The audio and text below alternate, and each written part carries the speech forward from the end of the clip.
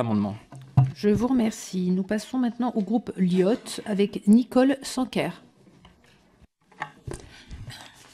Merci Madame la Présidente, Monsieur le rapporteur, chers collègues. L'octroi de financement public aux établissements d'enseignement privé est une composante essentielle du principe constitutionnel de la liberté de l'enseignement.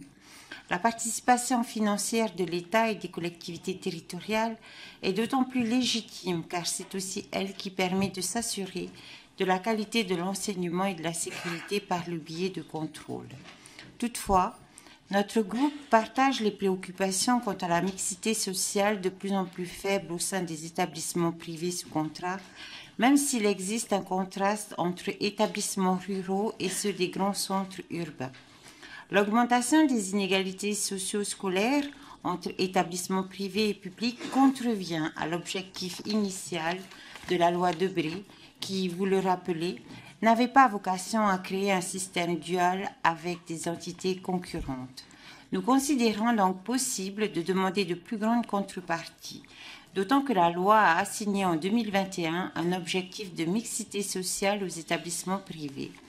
Mais le dispositif proposé nous interroge. Quelles seraient les modalités envisagées pour la création de l'indicateur de mixité sociale ? Attention par ailleurs à la construction d'un tel mécanisme et à ses possibles effets de seuil. Comment éviter en outre qu'une diminution des ressources d'un établissement n'entraîne pas une demande de contribution plus importante aux familles et par conséquent renforce l'absence de mixité ? Notre groupe souhaite aussi alerter sur un point, qui est la désaffection des familles pour l'enseignement public.